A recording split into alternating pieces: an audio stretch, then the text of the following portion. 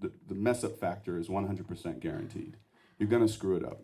So in order to be a parent, you have to humble yourself. I am a parent. I have to submit to the fact that I'm going to screw something up so that my kids can move forward and have their lives. You know, there's a crack in the bell. There's a crack in everything. That's where the light gets in and all those kind of things.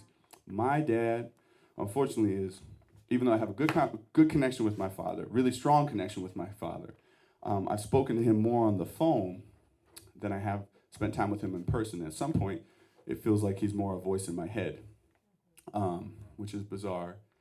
My stepfather came in, and I really lucked out with that guy. He raised me and was really he was a good father.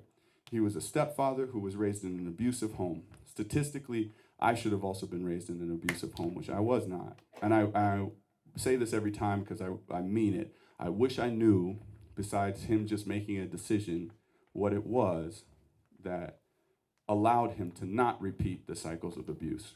Because it could have happened, for sure it could have happened, and he just decided not to. And so he didn't with me.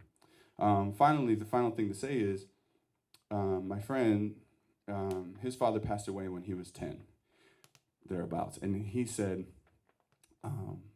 it's hard not having my father in my life, but I can handle that knowing that he's dead and he can't spend time with me. Whereas your father is still alive. He knows where you live and is choosing not to spend time with you. Oof, man. So this is a song to parents and dads and survival. Okay. We were supposed to make it and make up for the mistakes our parents made. A mistake, name me Jason. I rename me in vain attempts to claim exemptions from repeating histories I dreaded most. I don't know my father by his touch, but by his voice over the phone. And maybe you always had your dad, dead wishing that you never had. He was always round, and every round you were a punching bag. Disorders post-traumatic, reoccurring stress, baffled by the raffle, by the lottery of messes. Call them melodramatic anthems we play out in our youth. The grades creep in, the child remains to labor with confusion. Though these years stack on, we cannot help replaying flickered fictions, projecting what we didn't get onto our children's fertile wishes. Oh man, take a look at my life. I'm a lot like you. I'm afraid to screw this up, cause that's what parents do. And not to parent you on what you should have done. Can't expect your world to shift and now revolve around a newborn son. Look at my life, I'm a lot like you. Take a look at my life, I'm a lot like you. Take a look at my life, I'm a lot like you. I'm a lot like you. I'm a lot like you. Take a look at my life, I'm a lot like you. Take a look at my life, I'm a lot like you. Take a look at my life, I'm a lot like you. Yeah.